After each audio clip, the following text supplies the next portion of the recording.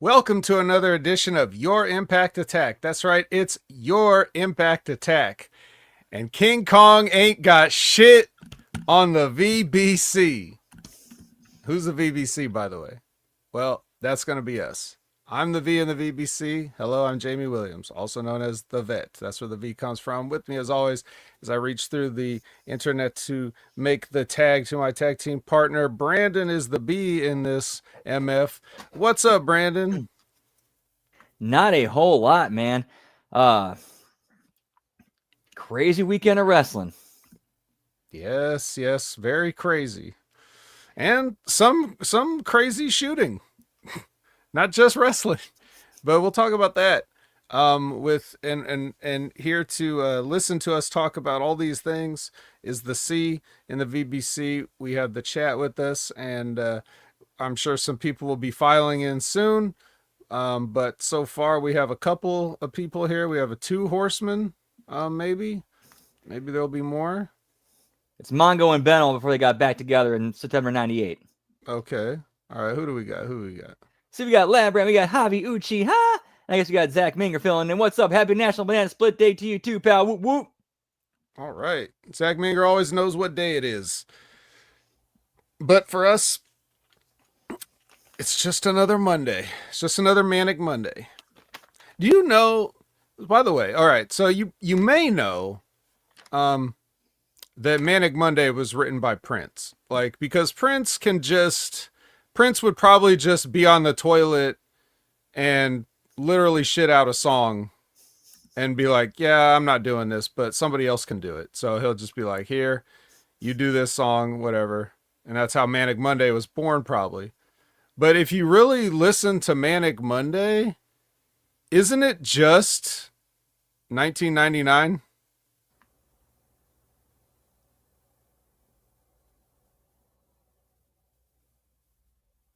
Like slightly tweaked? Yeah, kind of is. Anyway, neither here nor there. So let us talk about some stuff that happened. All right, let's talk about some wrestling stuff that happened. We had big AEW show, a record-setting crowd in the O2 Arena in London for Forbidden Door. Um, Wasn't that forbidden? I mean, we're kind of used to these collaborations now, so the name is a little bit silly, but it's a brand at this point, so they kind of go with that. Big event, interesting. We also had NXT Heatwave, which existed solely to annoy Forbidden Door, I guess, because it wasn't that major of an event. Nothing that important really needed to happen on that show, although there's one item of significance that we'll talk about very briefly, which is that I have not watched NXT Heatwave. I probably should watch NXT Heatwave. I might not watch NXT Heatwave. See, the thing is, I'm running out of time to watch all this wrestling. I can't be doing this. Like, I'm a normal human being, and I've got other things to do besides watch these companies try to counter program each other for whatever bullshit reasons. Their pettiness is cutting into my regular life. So, as much as I'd like to do my due diligence, and I will try to watch NXT Heatwave, I don't know if I'm going to be able to cram it in, but I will say that I did see the results, and one of which is that Reptilian Britt Baker, JC Jane, has lost one of her titles. The TNA Knockouts champion is now, and Todd Brantley here just in time for this. I'm sure he's happy to know that Ash by Elegance is your new TNA Knockouts champion as of Sunday night. Of course, she couldn't actually beat JC Jane. She had to beat Masha Slamovich, who, all right, we'll talk about her a little bit later as far as what's going on, but you know, Brandon, Knockouts Championship back home. What do you think about that? It's not going to affect what we talk about as far as the Impact review, but because that happened before. But what do you think? I mean, I could. I was kind of expecting that the belt to drop at Bound for Glory, but this is also something different. Where I don't know, where they go with this. So I'm kind of a little bit interested to see what they do with it. Now, whatever the first beat might be, that kind of depends on my interest. And like if they go Masha Ash, okay, I can go with that. That makes most amount of sense. Hmm. Yeah, and also, as they're the Knockouts Tag Team Champions, right? Still. Yes, but I'm assuming that she's going to give her belt, Knockouts Tag belt to M. Still, the fact that we're talking about the Elegance brand having the women's gold, like, so I guess that's a gimmick. They're like the lady system, I guess, at this point. Get me the lady system, pal. Yeah, which, oh boy, as far as the system goes, again, we'll talk about it later. But that's like the main, I guess that's the main news from Heatwave. I don't know if anything else, I forget if anything else happened that like directly impacts TNA. But I guess that was the main thing. Now, shifting back to Forbidden Door, was there anything on Forbidden Door? You did a late watch along. Is there anything that stuck out? Anything you wanted to mention? Any notes? Anything at all that you'd like to share about Forbidden Door? Between the thing with MJF dumping gasoline on Mark Briscoe while he's tied up to a chair and threatening to set him on fire, and then the thing with Moxley and Darby Allin with the ear at Forbidden Door, along with Darby Allin being taped to a chair. I got to assume Tony Khan had watched Reservoir Dogs in the last month. Must have, right? He's a little late, but he, better late than never. I mean, you're watching lots of classic movies recently, so I'm sure you can relate to that. Yeah. Well, I hope you're not trying to, lace your usual recreational activities with anything, untoward just because you watched Training Day recently. Please don't get wet, as they say. I'm on that Sherman Helmsley, pal. Yeah. Yeah, what's up with that? What's up with this like chair? What's up with this like attempted murder? What's up with this like why do they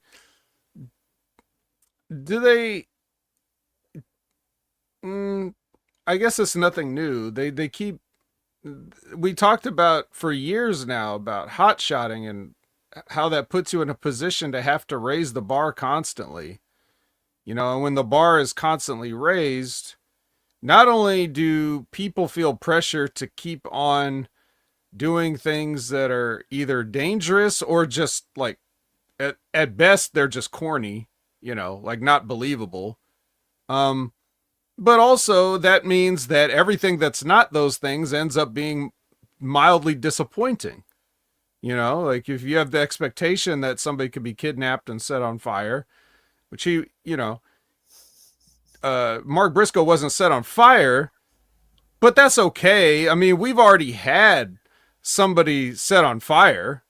Like we had Jack Perry set on fire. So like Darby Allin had a literal flamethrower. So you've gone down, actually. You only poured gasoline on a human being. You didn't set him on fire this time, but we've already seen that. So even if you had set him on fire, it's like, seen it. And if you didn't, you're like, oh, no fire. So you see what I mean? These are the positions that you put yourself in. Not only, we're not even talking about just in terms of people's safety. We're just talking in terms of narrative structure. Like you build down, or you start a feud with a gimmick match and then taper off to a regular match. Like these are the things that even outside of AEW, like you have to remember we all exist on Earth and we're all seeing these different wrestling companies do things. So even if you're saying you're competing with other companies, if WWE and AEW are competing with each other, whatever level you think that may be, um, you have to be aware of what the other one's doing and how it makes you look stupid. You know, like if you pile drive somebody um on the stairs for just like a high spot, and then WWE gives somebody a pile driver in the ring and then they get carried out, you're not equal here. We're trying to, the wrestling industry used to all kind of like work similarly to keep up the illusion for everybody, even if the companies are competing, you know? Again, like if Pepsi starts spiking their drink with, you know, actual, actual cocaine, right?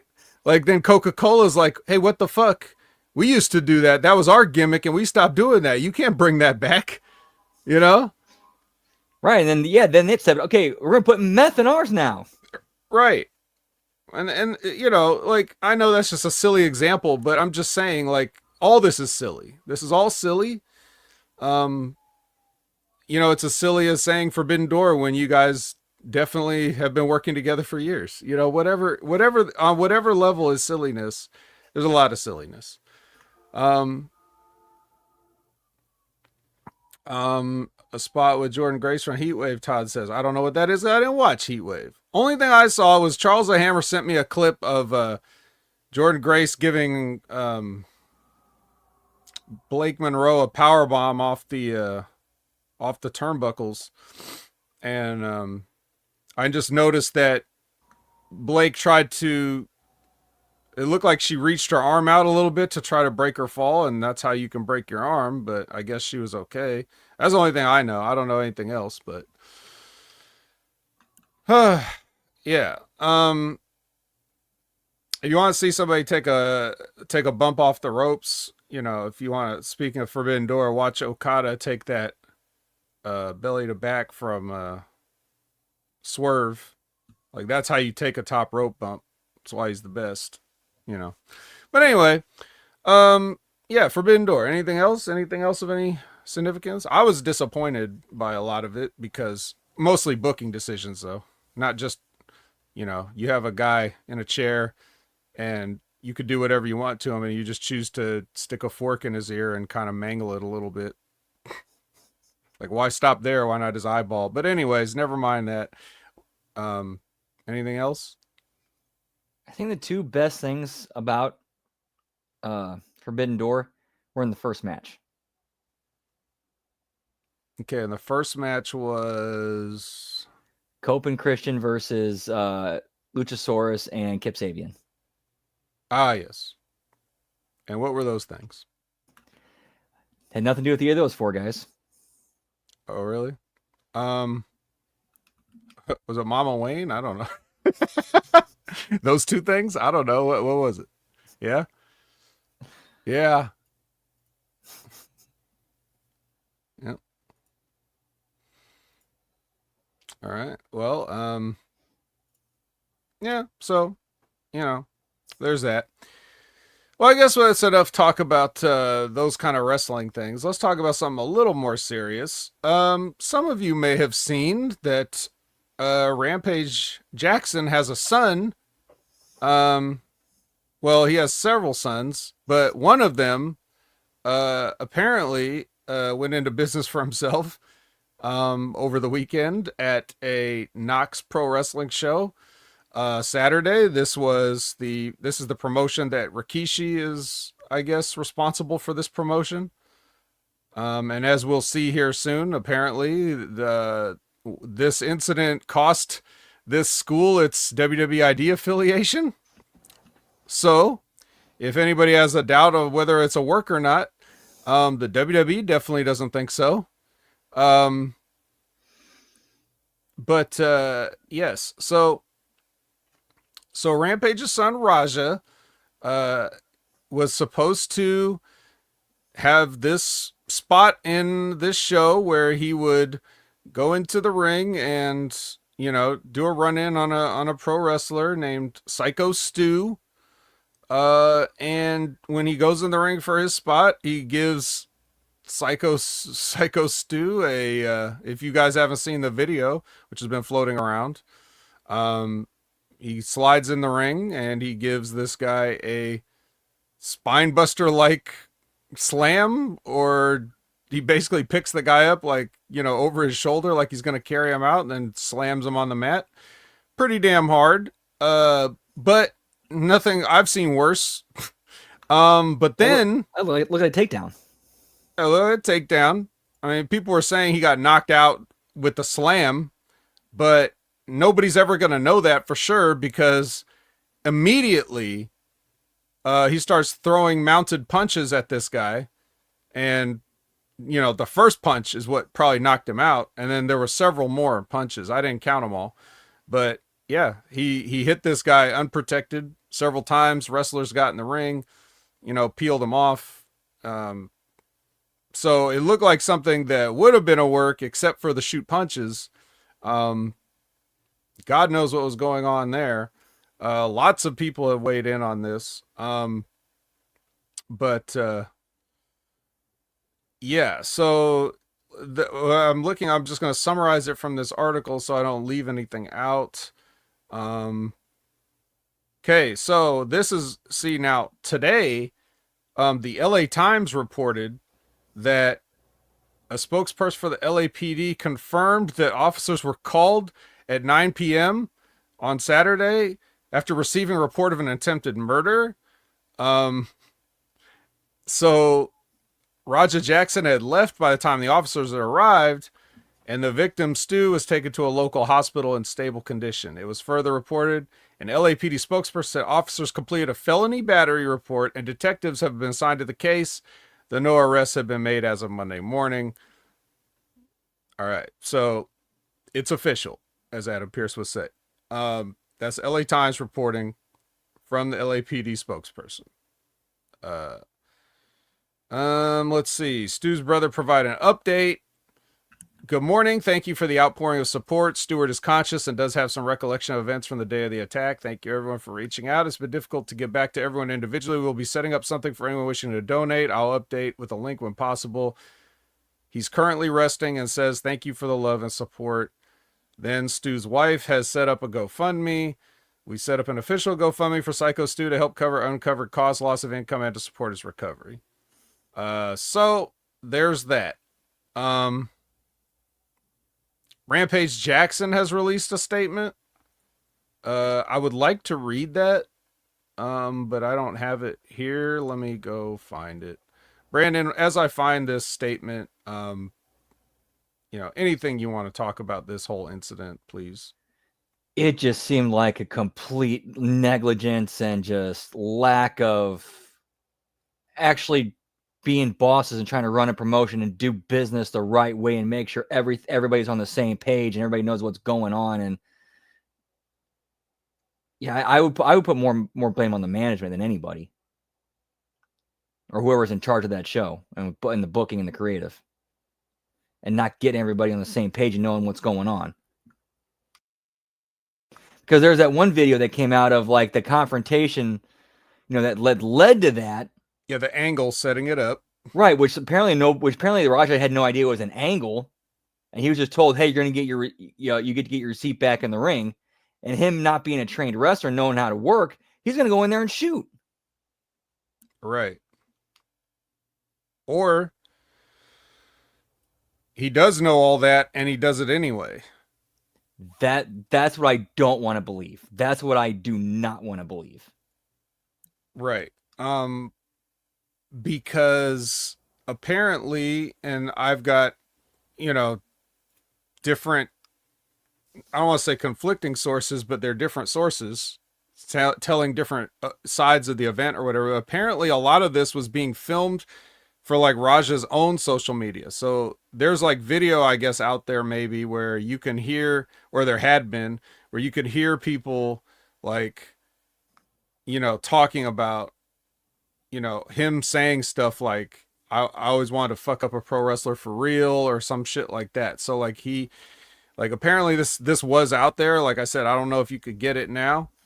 But there's more to it than just what's on the surface as far as like why this happened. I found the Rampage Jackson quote, so I'll read that.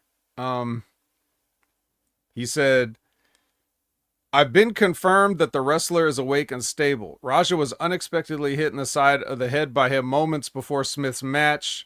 Raja was told he could get his payback in the ring. I thought it was part of the show. It was bad judgment and a work that went wrong. Raja is an MMA fighter, not a pro wrestler, and had no business involved in an event like this. I don't condone my son's actions at all, in capitals.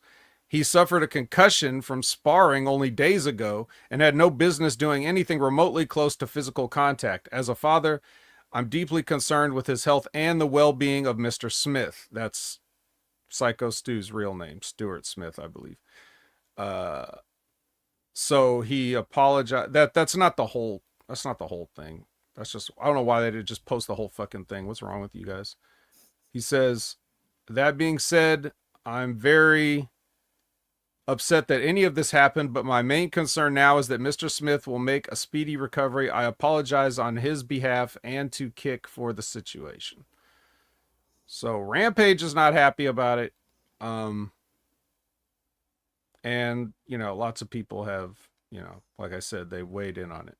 And I thought Rampage brought up a great point. It's like, he just had a concussion. Why is he getting involved in anything physical? Yeah, he should not have been. Yeah, none of this should have happened at all. So I can't, there's nothing I can. I mean, I'm not going to sit here and cut a promo. I'm just, hey, you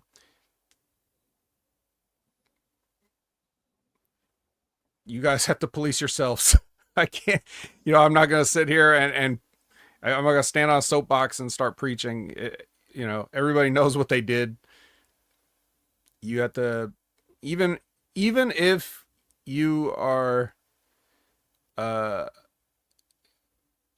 even as a pro wrestler, you got to protect yourself at all times. Even if things are at work, you got to be ready. I'm not blaming Stu for anything that happened, but it's definitely a cautionary tale of, you should have your antenna up and your guard up if you're ever even remotely involved with working with somebody that's like sort of outside your circle, who's not a trained worker. Yeah, that's not a trained worker. Or even when they are a trained worker, because they can just tell you they're a trained worker. If there's somebody comes into a promotion, they get booked and then they say, oh yeah, I've had this many matches and all this other stuff. And then you get in there and they want to pile drive you on your head and then they don't know how to do it. You always have to have your antennas up when you're working in pro wrestling. You can't just trust anybody for any reason. And it doesn't matter if they're allegedly trained or not. You always got to be careful. And this is a extreme reason why. But even at the levels of where everybody's supposed to be on the same page, it's a classic story of being an indie wrestler where someone gets fucked up because they trusted somebody for no reason. Like they just took their word for everything. That's where stuff like that doesn't work for me, brother, actually comes from. It's like it comes from kids who have no business in a wrestling ring trying to get their shit in on established veterans and them having to shut that down in the locker room beforehand and them saying like, I'll see you out there or something, like it's because of things like where people just are underqualified to do it. So now you add into the fact that this kid is like a lethal weapon, and that's even more reason to have your antenna up. But so again, I'm not, just to clarify, I'm not trying to shame Stu for not being, aware of what was going to happen. It's more like treat it as a lesson. Yeah, like let everybody else see this and remember that. When everybody's like posting, shit on social media about hugging their opponents after the match and, all this shit, but then there's another side to it too. Don't let your guard down. Everybody ain't your friend. Take care of yourself first. Be selfish when it comes to your safety. Don't be selfish when it comes to like getting over and like having a good show and, making your opponent look good and stuff like that. But be selfish when it comes to something regarding your own personal health. If you're not comfortable with doing something, don't do it. We've talked about this, Brandon. You've told stories about this. This is something everybody needs a reminder once in a while. And it sucks that this has to be the reminder, but that's what we have to do with it. We can't just sit here and waste time talking about, cutting down Raja Jackson. That's not going to help anybody. But we can turn it into a lesson for everyone.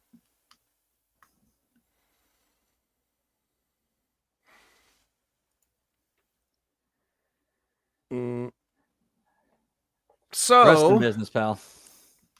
It's a wrestling business. That's right, kid. What's your finish? Missile drop kick. I'll move. Yeah. That's right. Everybody just be Harley Race. Carry a gun into the locker room and don't do anybody's finish. Obviously, that's not a summary of his whole career. So, anything else we need to mention as far as that mess goes? Or is that pretty much it? I think we covered it. All right. Well, speaking of covering, we sure do have an Impact Attack to go. So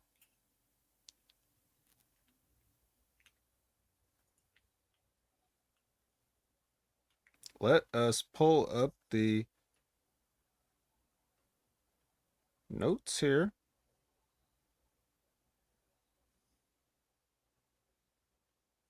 All right. We are in that one place. Where was it? Oh yeah, same place as the Emergence. So we're doing the taping at this arena here. Ketchup packet, of course. There it is. Boom. Thank you for joining, Liz. Very nice. All right. Trick NA's in the ring. He addresses the fact that the title is upside down. He says, I know damn well it's upside down. I know what I'm doing. Then they hit Santana's music. And he comes from all the way from the hallway and to the crowd where he normally does his promo. Trick says he can't have any more title shots. He's had enough chances. Santino tries to make a match. Trick says, nah. It's 50 days before the next defense. He's got 50 days on his contract. Then Santana rushes the ring and Trick bails out. So, I wonder about that 50 days. How far away is Bound for Glory? I want to say more than 50, like between 50 and 60, I want to say. Okay. And plus, we got Victory Road coming up. Oh, yeah. Victory Road. Well, he says, well, anyway, we can talk about that later. Anything else to mention on this opening segment? Nothing other than Trick is a star, and the sky's the limit for that dude. Okay. Order 4 with Gia and no music underneath. Ali starts to work his politician magic on Gia, saying, you know what it's like to when somebody pushes you around and all this other stuff, right? And she's sitting there like, yeah. Anyway, so he says not to trust the system, but everybody should trust in Ali. So there you go. Any thoughts on that? Typical regular stuff from them. At least it's good character building and trying to, at least plants a little bit of seed. Like if you ever wanted to go down that road of having Gia kind of be like their, never mind. Well, actually, no. I think Tasha's kind of evolved and kind of like the mastermind and brains, and not so much the press secretary. So you could actually easily slot Gia into that. Dark Gia. All right, we'll see how that goes. She definitely had a look on her face at the end of the promo, like she almost wanted to do the Ali hand on the heart thing, and she didn't do it though. We get NXT catch-up. That's nice, right? NXT ketchup is nice. Um. So now we get the main portion of the show. I guess the Knockouts Gauntlet match. Uh. Oh, you're already sighing. Would you like to? Do you have some comments right off the bat? Time kill. Like, oh, this was. Are you guys really like that? Like, I guess our strat for time is like, fuck it, gauntlet. I guess. Well, at least this gauntlet did something. I'll give them that. Whether I care or not, different story, but they tried to accomplish something with this gauntlet, so let's talk about that. I'll run through sort of how it ends up. I'm not going to get too detailed in it, save time, but it starts out with Xia Brookside versus Killer Kelly, and Xia wins. Then it goes to Xia and Danny Luna. Danny Luna wins. Comes Danny Luna versus Rosemary. Danny Luna wins. Then it goes to Luna versus Indy. So Luna gets rolled up, but and afterwards she turns on Indy. You know, first they start the match as friends with a nice handshake, and then all of a sudden, now that you beat me, I'm upset. So I'm gonna kick your ass, and then that turns into Jody Threat as the last person. Um, And as she gets in the ring and they start, Danny Luna punches Jody Threat, which causes a DQ, which technically means that Jody Threat wins and is the new number one contender. as as Danny Luna then gets a chair and beats the shit out of Indy Hartwell. And then security comes in and she clotheslines one of the security guards who takes a flip bump. All right, so we got more of this kind of shit. The WWE loves to Emasculate their security guards. Yes, they love for females especially to beat up security guards. Like it's become a big thing, right? And so now you're seeing that influence bleed over to TNA. Not that they've never done that, but I'm just saying like it's so recent, like the recency of all this, right? It's more noticeable. Also what's noticeable to me at least, is the crowd, right? Now, this is supposed to be a dastardly heel turn. And what I've been saying is who cares about heel turns anymore because nobody believes anything. Ever since WWE Unreal comes out, where they just lay out all the decisions and everything right for you with a camera, talking about this and that.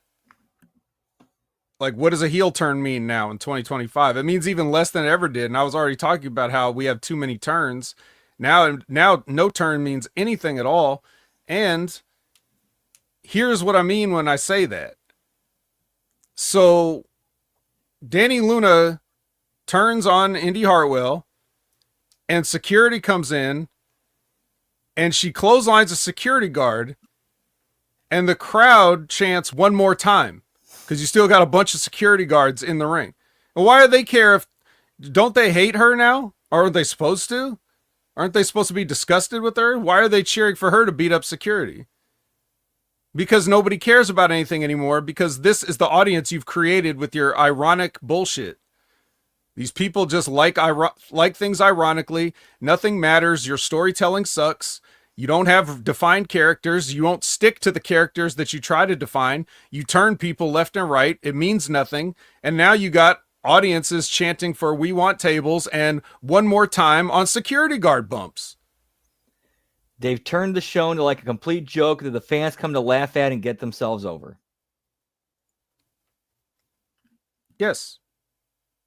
So, as if you could already care any less about Danny Luna.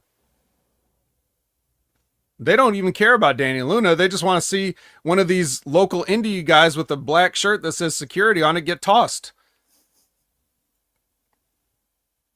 Right? So, okay. Awesome.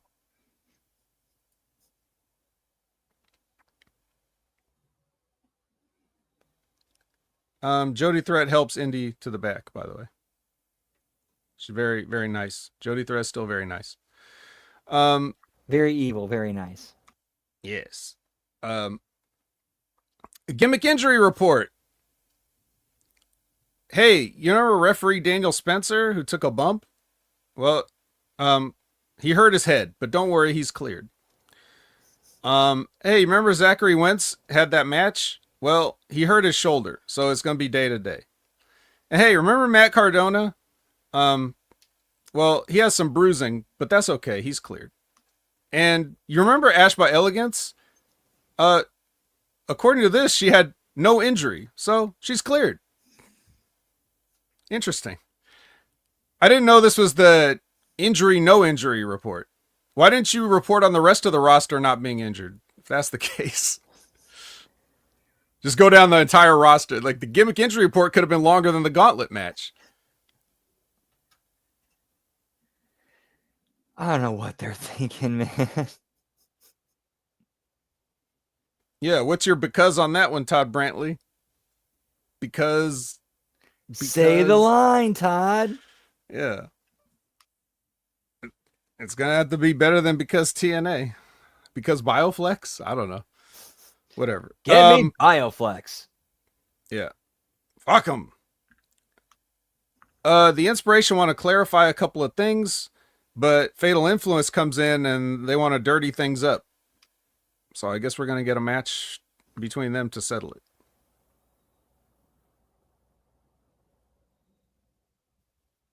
Did that happen at the pre-show?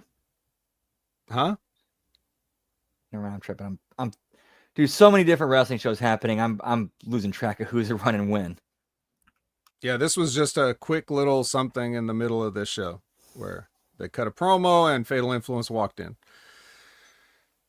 Jody Threat is with Santino and she's like, I don't deserve to win this. I don't know, maybe give my shot to Indy Hartwell? I don't know. And then Danny Luna comes up and is like, what do you mean give your shot away? I did this for you.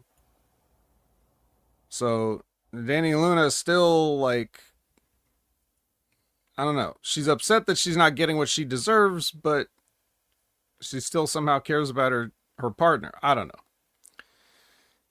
I don't think this heel turn was thought through.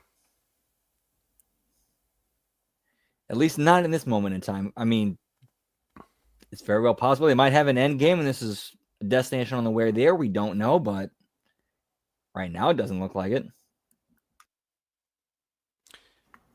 Ryan Ziegler comes out. He comes out, and before you can say anything, the crowd starts chanting, "Where's your brother?"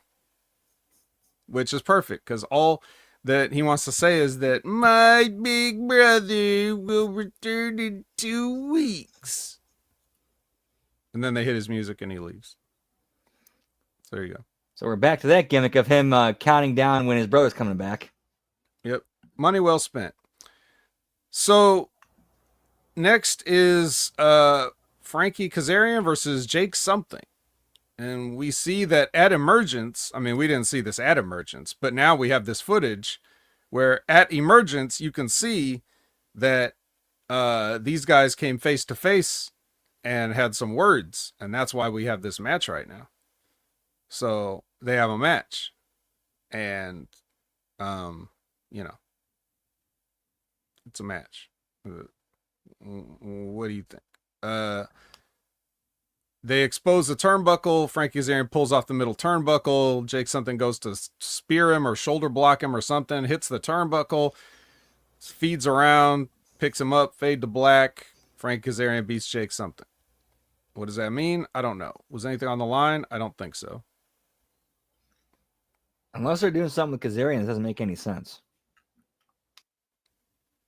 Yeah. Seemed like they wanted to do something with Jake, and now they, you know, pun not necessarily intended, but yeah. Maybe not.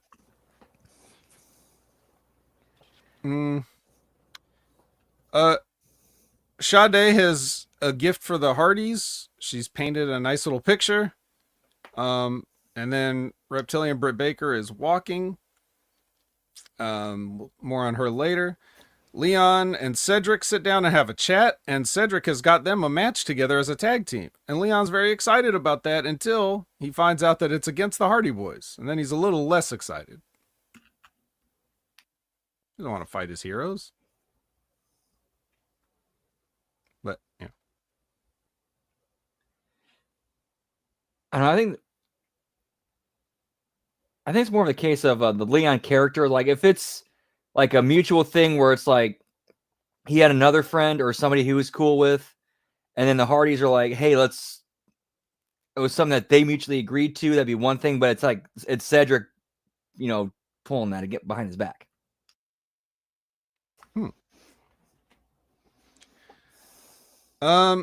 Santino's on the phone trying to figure out some legal things about whatever Trick's contract says. And then Bert says he wants to wait. I think I missed something here. Well, I didn't miss anything, but I forgot to mention something.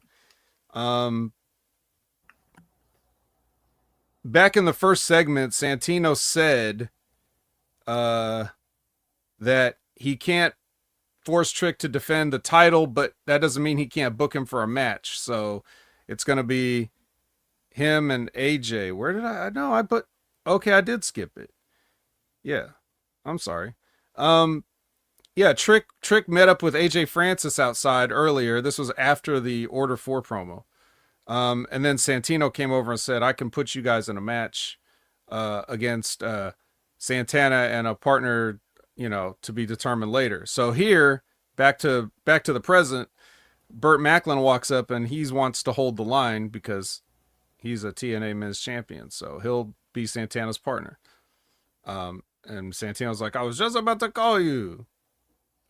So this is perfect. So there's that. Reptilian Britt Baker's in the ring. She's cutting a promo. It's probably awful. I don't know. I wasn't really listening. I was trying to fast forward as much as I could, because I've heard enough of her. Ash by Elegance comes out and confronts her. They say Masha's name and she appears. She comes out. Yep. And then while the other two argue, RBB holds up both the belts and they just don't look. Just don't look. Just don't look. See, if you don't look at the belt hold, yeah. If you don't look at the belt hold, you can't be frozen. It's just like the Gorgons, like Medusa. If you don't look, you can't be turned to stone. So when someone holds the belt, just don't look. They ignored the belt hold, and she was just there writhing around like the serpent that she is. Maybe she's a Gorgon. She's definitely, that mug could definitely turn somebody to stone. But yeah, so that happened. So this is what I want to talk about, Masha. Masha Slamovich here. This is my message to TNA/WWE. You guys are backing the wrong horses. Okay? Masha Slamovich is the money. Like, if anybody's going to make any level of money for some company, it ain't fucking JC Jane, and it ain't Ash by Elegance. And to answer your question, Todd, probably JC Jane is worse. But here's the thing. Masha has lost all the mystique she once had. She had a level of mystique dating back to like MLW, NWA, those different places. When she came to TNA, she had a level of mystique and a long undefeated streak. Okay? Some of that mystique went away when she opened her mouth. Some of that mystique went away when she just stopped speaking Russian and started speaking English. And some of that mystique went away even further when she's just treated like just another person and just shows up, and does like a guest referee spot and does nothing but be a guest referee, like literally. Like the boat is completely, you're missing it. It's gone. It's down the ocean. It's almost in the horizon. You can't see it anymore. I'm just warning you guys. Before it's too late. It might be too late. It is too late. It's hard to regain mystique. You don't regain mystique, right? It's like, it's a commodity that's like constantly slipping, through the hourglass. The more you see somebody, the less mystique there is. Even if, you look at how long The Undertaker maintained it, but it's still dripped away like year over year. You know, decade over decade, the mystique just dwindles and dwindles and dwindles and dwindles. By the time you come out as American Badass, a lot of it's gone. You know, you try to go back to the old West, you know, Undertaker. Some of that mystique's gone. You just start doing stuff like MMA moves, and you know that like you just lose it little by little. You know, but he was able to maintain it for a long time. But everybody loses it, and Masha's already out. Now she's just some girl with a stupid gimmick name, you know? So it sucks. But I, I'm just saying. Any thoughts on Masha Slamovich? Yeah, that's a drop ball right there. They had her right there, and then when she went after, I forgot who she was when she challenged for the Knockouts title, then she lost, and that's where the descent started. Probably Jordan Grace. I think it was, yeah. Jordan Grace, the Mystique killer. Yeah. So, all right. Well, oh well. We'll see. And of course, like I said, she had to take the pinfall at Heatwave, right? Couldn't have been JC take the pinfall. The heel couldn't get the heat, right? The heel couldn't just, you know, because when a heel gets beat, you know, you could still keep your heat. You could still say, yeah, well, I still have another title, and you know, I didn't like being in a triple threat match anyway, and blah blah blah. If a babyface gets beat, it's just like, oh, you just suck. Right, and So it's not. I'm sorry. And it's not like JC James is not part of a faction where you could have a botch interference spot that cost her, that leads her getting pinned. yeah, totally. You know what I mean? Like, look, whatever, man. So Tasha and the Good Hands walk by Sade's painting and laugh at it. So Sade's like, "Oh, you're gonna laugh at my painting? Well, I want a match with you." I mean, essentially, I'm paraphrasing, heavily paraphrasing here. But you know, the Hardys like the painting. That's the important thing. It's just a painting of that little weird Hardy Boys logo they have. It's nice. It would be a nice, good 8th grade art project thing. Like the teacher would give it an A minus probably. So somebody else knew that Hardys are taking under their wing? Yeah, why not? They could take all the light skinned people under their wing. What? What? Todd, as a black man, does that offend you, or as a wrestling fan? Todd? Let's just say it's nice to see some of these longtime veterans actually giving back to the business and help elevate younger talent. I'll say that. Yeah, I think so. Well, I mean, support the creative arts, you know? Speaking of light skin, Eric Young appeals to Myron Reed, saying, you know what's coming. I think he's trying to get Myron Reed on his side, you know? I don't think Myron's Canadian, though. I'm pretty sure he's Kentuckian, but, you know, nonetheless, Eric Young thinks he might be a good fit for the Northern Armory, but Zachary Wentz comes up and he's like, hey, what's going on here? Ow, my shoulder. And then Myron says, I think Eric Young wants a match next week. And Eric Young's like, okay, I see how this is going to be. So we're doing a great job setting up next week's show. Time for the main event. Moose in the Majors versus Ali in the Hands. If you ever thought you could get me to the point where I'm not excited to see Moose, then I'm here to tell you the day is here. I really completely disinterested in everything that's going on with the system, with Moose, this feud between these two factions. I just don't care. Fat Eddie tries to run out and help because of the numbers. Agent Zero nails him. Tasha Steelz distracts the referee. And the Good Hands hit the favor after, you know, Ali gets a low blow on Myers. Yeah, I know, Sonic. I didn't ask you. That's the reason. So yeah, Ali has a low blow to Myers. And the Hands hit their move, the favor. It's called the favor.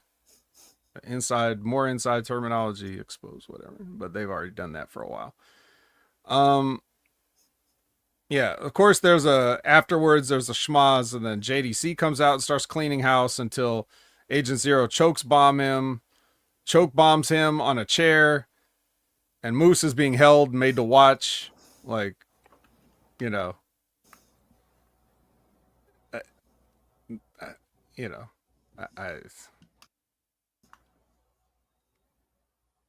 and what order 4 up. Yeah, I don't know, man. I wonder if Moose is regretting signing that long-term contract with TNA if he knew they're going to be partnering with WWE.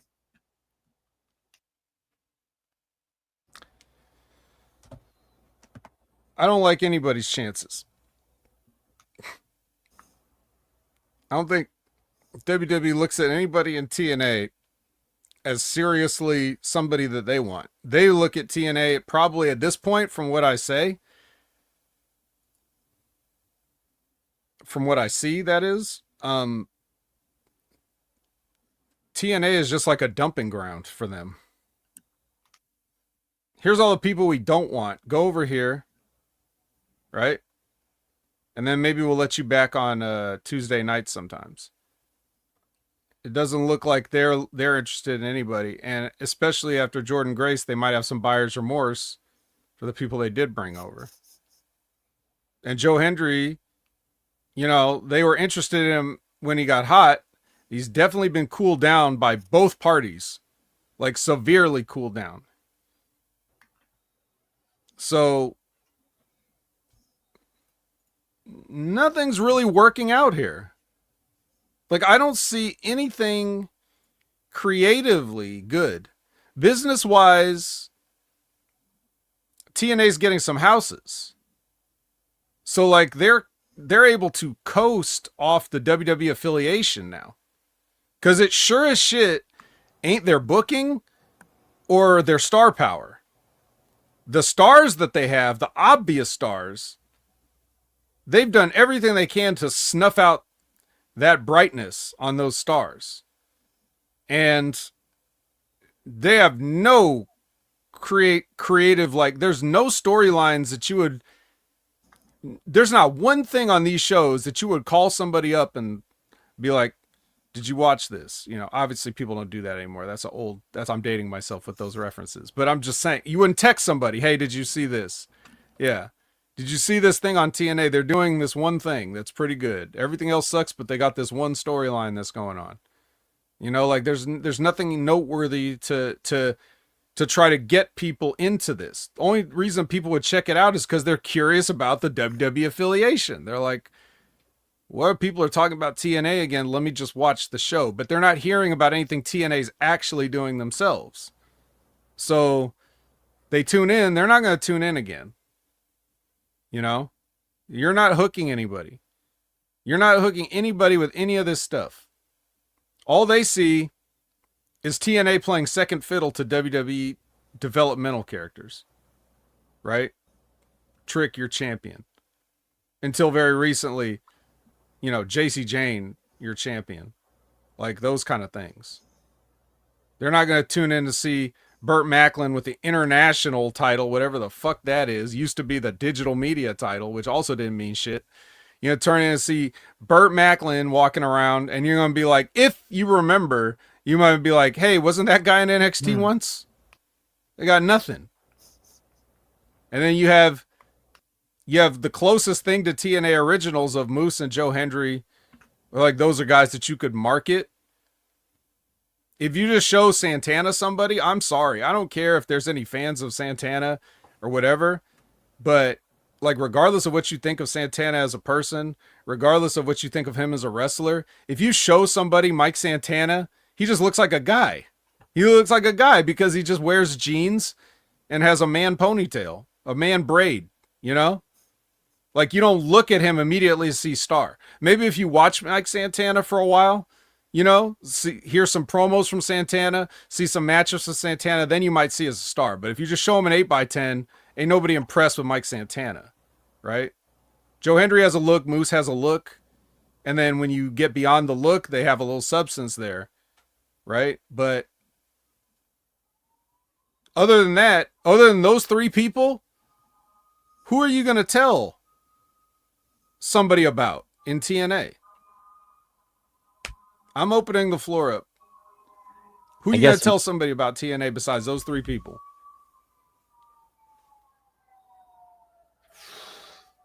I guess maybe Hardy's. Hey, they're remember those guys? They're over there. The Nostalgia Act. But I was thinking in terms of like not known from anywhere else, really. Like Moose is from Ring of Honor, but that doesn't really, like he's been in TNA much longer than he was in Ring of Honor at this point. Santana was everywhere else but WWE. Joe Hendry was in everywhere else but WWE. So those are the closest things they have to TNA originals at this point. The only names I can think of that come to mind maybe be Eric Young and Kazarian. But of course, here because they're OGs. OGs who've both been in WWE. Yep, that too.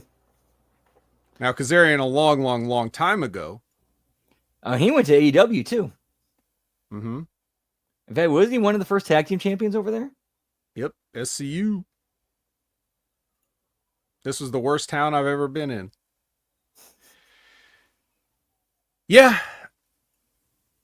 Yeah. Who cares about Burt Macklin? And again, he was in NXT. He was part of the Sons of Anarchy or whatever they were called with the other two shitty wrestlers. Fucking Gunner and fucking the guy from Buddy Matthews' tag team partner that didn't go to the gym. That was a trio in NXT at one point. Can you believe it? Can you believe none of them are still there? Oh my goodness. Yeah, and then I think once like that whole thing went down with Gunner, like they split the other two, like Macklin and the other dude off, and they became like King Corbin's like guard for a little bit, and then they just vanished. Good Lord. Yeah, Forgotten Sons. Yeah, literally forgotten. I forgot him. I did. I forgot the name. I guess somewhere deep in my mind I remembered it because I did say Sons of Anarchy, so that was close. Anyways, look, my point is TNA sucks and fuck them. So let's get out of here. Let's get Brandon back on the Raw watch along. Let's tell everybody what we're doing. To quote Dave Chappelle, yes, they deserve to die, and I hope they burn in hell. Oh, God. Who's going to tell them, guys? That's from A Time to Kill. I know, starring but Matthew McConaughey as Samuel Jackson. I know, but just the Chappelle one was always that's the most memorable for me. I'm sorry. Yeah. Deep Blue Sea. They ate me. A fucking shark ate me. Juice. That was a good one. That was a good one. Jurassic Park. All right. Anyway, Brandon, what's going on this week? This week, tomorrow, we got the NXT Late Start watch along as soon as the A show is over. I'm sorry. I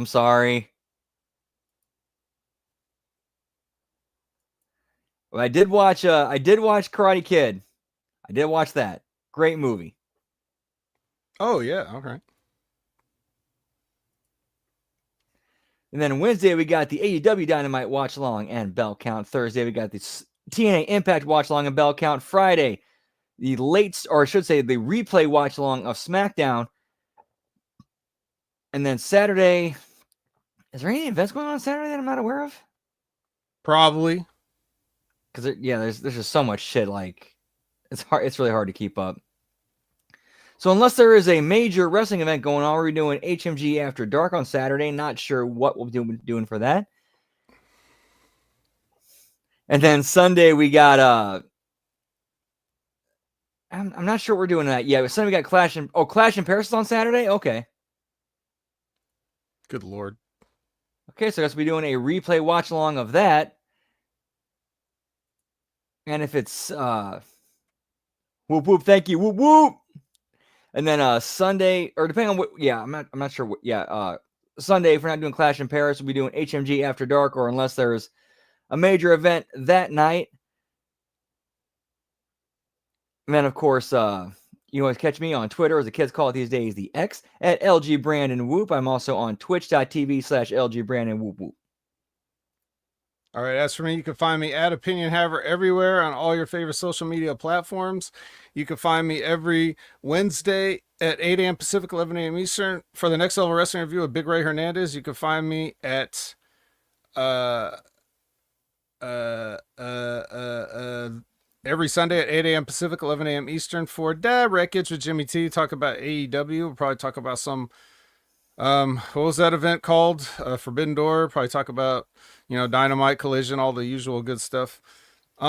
Check out Wrestling with Rogers every Friday at noon Eastern, 9 a.m. Pacific, unless they have a different concrete time than that. You could check out the Stevie Richards Show every Friday uh, whenever he uploads that episode. You could check out Limpin' Ain't Easy with Timmy Baltimore and his most recent guest, which was Zach Gowen, and also JTG has a new book out called "Damn, Why Did I Want to Be a Wrestler?" It's available now if you're ever interested in some of the behind the scenes, as he puts it, the Bible on how to be a pro wrestler.